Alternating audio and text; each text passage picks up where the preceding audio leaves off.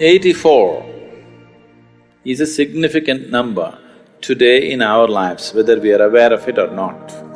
Why 84 is significant is, this existence has passed through 84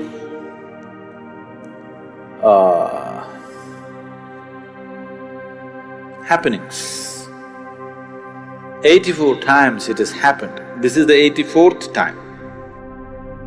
Today modern science proves that the whole existence is just vibration. It is not my invention, it is a scientific fact. Where there's a vibration, there has to be a sound. Yes? Is it okay? I'm trying to go logically step by step. There are other ways to go. Just with this I can make you know it in a different way. But we want to go step by step. Where there's a vibration, there is bound to be a sound, is that so? So, you're not just a vibration, you're a sound, a noise.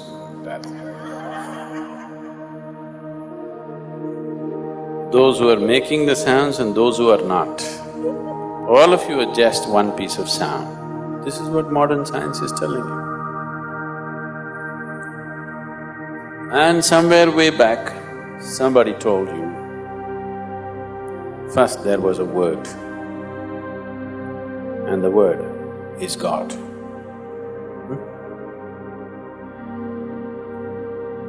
You know, they told you a long time ago. A sound is a word, isn't it? A word is a sound, rather. Right now if I say yes, because you know English language, you are attaching a certain meaning to it. If you did not know English language, as far as you are concerned, I'm just making a sound, isn't it? Because you don't know their languages, you are thinking they're making some crazy noises? No, they're saying something.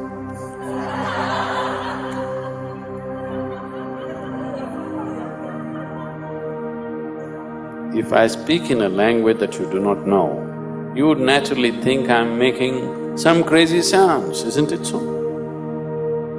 If I speak right now in Tamil or Kannada or Telugu or some other language that you do not know, you would think I'm making some…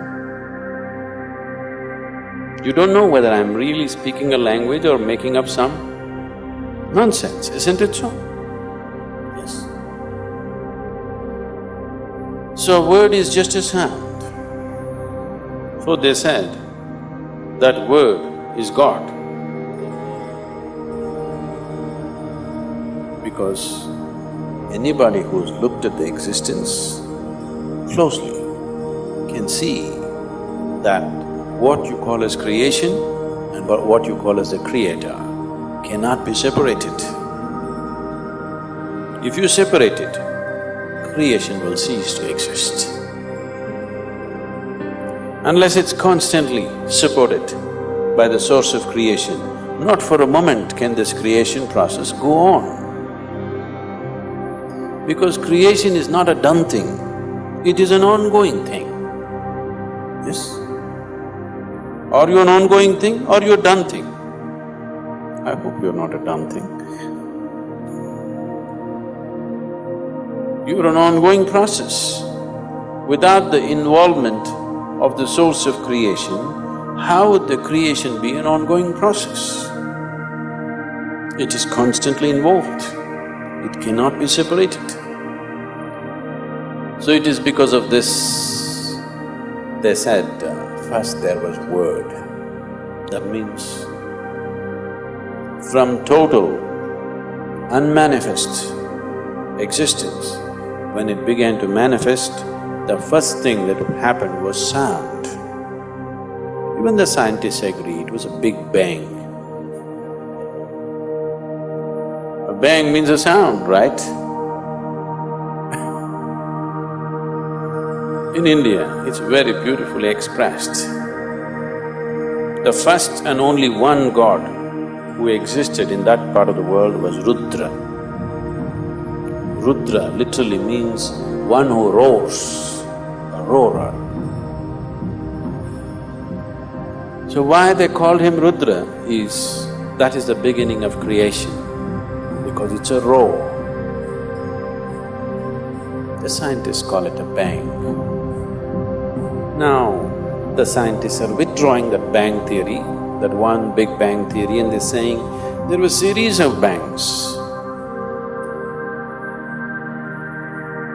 So one very popular physicist right now, who's written very popular books, recently he wrote a book, I didn't read this, I met him. He wrote a book called Endless Universe. Yes, Endless Universe. Always science has believed that everything has a beginning and an end. Now physicists are talking about an endless universe. The yogic system has always been talking about an ever-expanding universe. For the first time, top-level physicists are beginning to recognize that there is no beginning and an end, it is an endless universe. It is a popular theory going on right now among the scientific community that universe may be endless. So when I was in conversation with him, I asked him, is it possible that it was not a bang, but it was a roar, a continuous roar? He thought about it, he looked at many things and then he said, it's possible. Maybe it was not just a bang, it was a roar. It didn't happen in one instant, it roared for a certain length of time and slowly creation began to happen. So the first form, the first god was known as the roarer. Rudra means the roarer. So I asked, how many times do you think he could have roared? He said, we cannot say.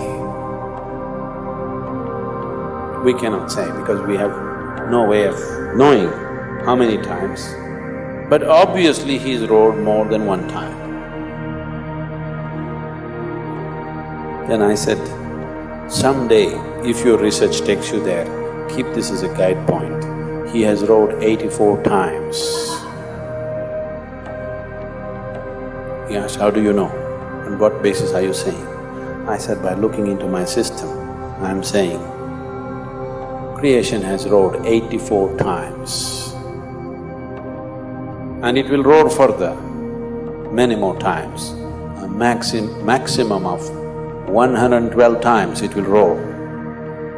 When it roars the last time, then there will be no beginning and end, it will be a perpetual creation.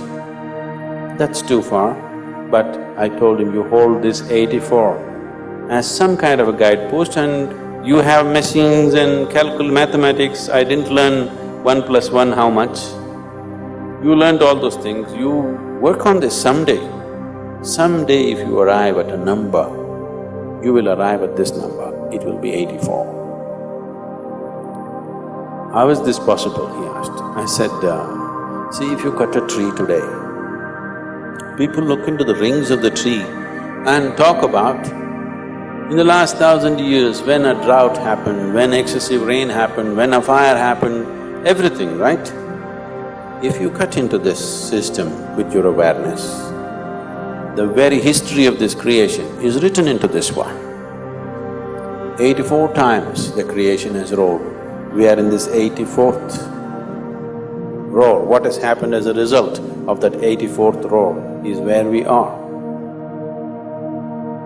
Out of the 84 creations that have happened, 83 have happened, this one is happening.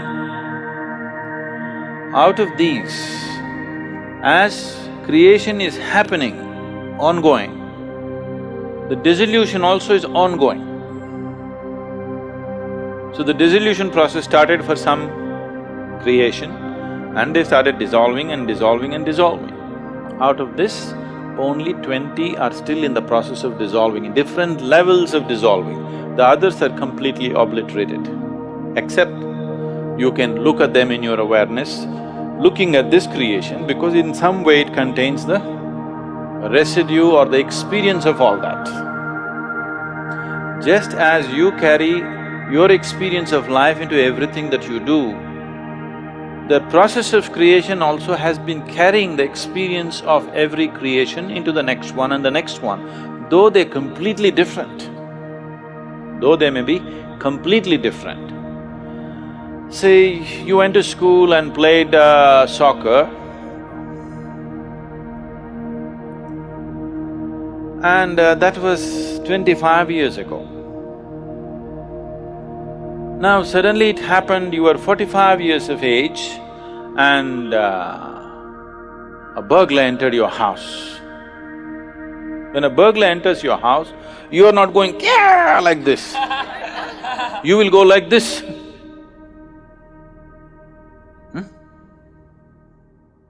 Because your soccer game, suddenly something that you have completely forgotten, somewhere it is there in your system, it pops up. You kick the burglar like a soccer ball, not like a karate kick or a kalaripaitu kick or something else. So the experience, you might have played soccer just for a month, maybe 3 months, but that experience, somewhere the residue of that experience is still ingrained in you and it finds expression somewhere else in a completely unrelated space. This is the way you're growing all the time. This is what we're calling as karma. So this is the individual karma, what we're talking about. But there is a universal karma, there is a karma of the creation itself. Because creation itself is a karma, isn't it? The act of creation, is it not an act? Act means karma, it is a karma. The residue of that karma is always moving into the next phase of creation and the next level of creation. Like this, totally 84 creations have happened, or 83 have happened, 84th is on. In that, the older ones have managed to completely dissolve, they only exist in terms of experiential imprint in the next one, but they don't have a living status.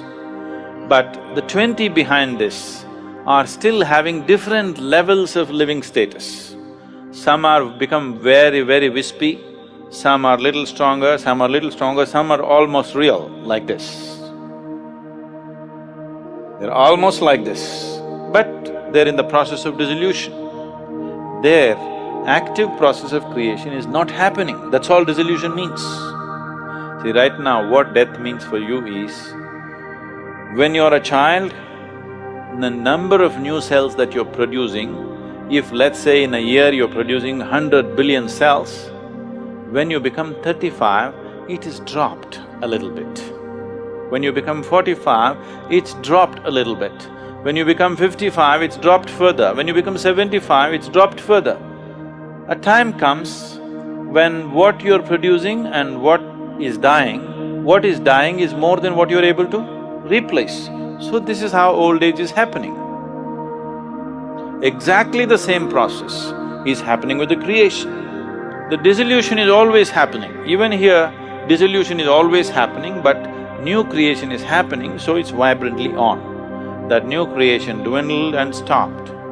So over a phase of time, over a period of time, this just went down. Only dissolution started happening, and then after some time, only memory imprints are left. No living imprint is there. So in this sense, only 21 are still having some kind of an existence. The other remaining, 63, is it? 63, they're completely gone. You cannot see them anywhere, it doesn't matter how you see, but you can see them as memory imprints within your own system, because that imprint and that experience is still here. This one is the real thing. Everything else, in receding order, they're active. In this, there are two. In the current one, there are two. One is the physicality. which carries the memory of everything. Another is the source of creation, which is the basis of the future. Either you can let your past become the future.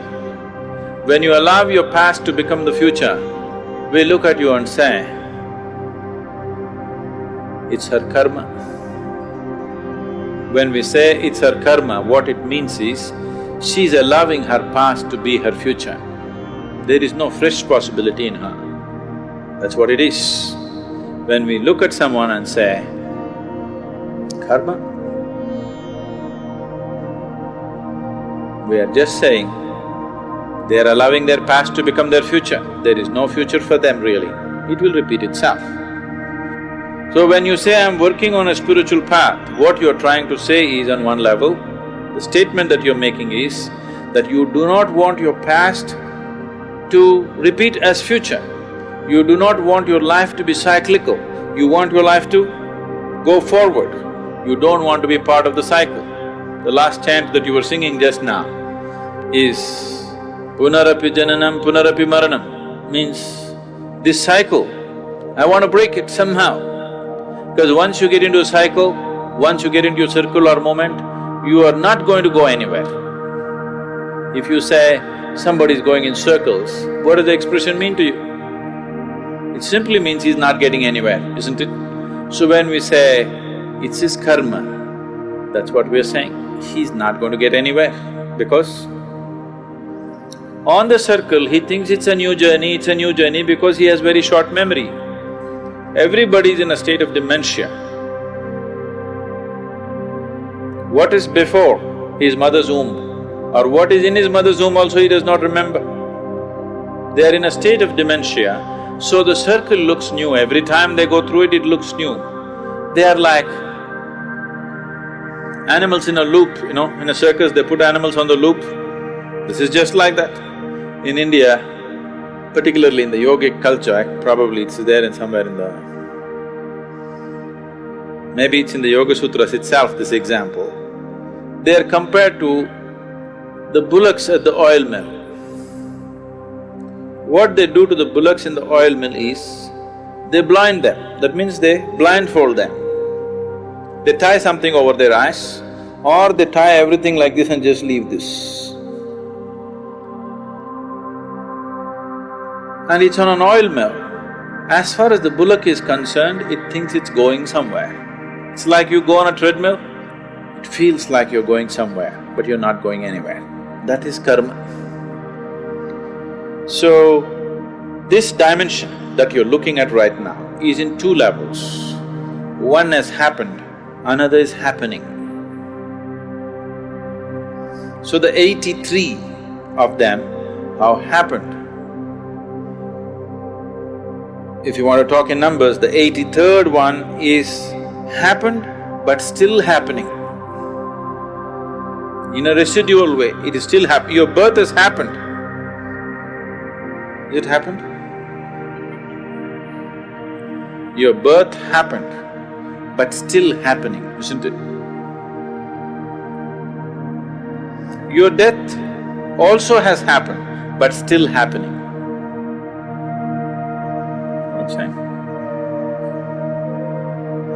Your death is a foregone conclusion, isn't it? It's already happened. The moment you were born, your death happened.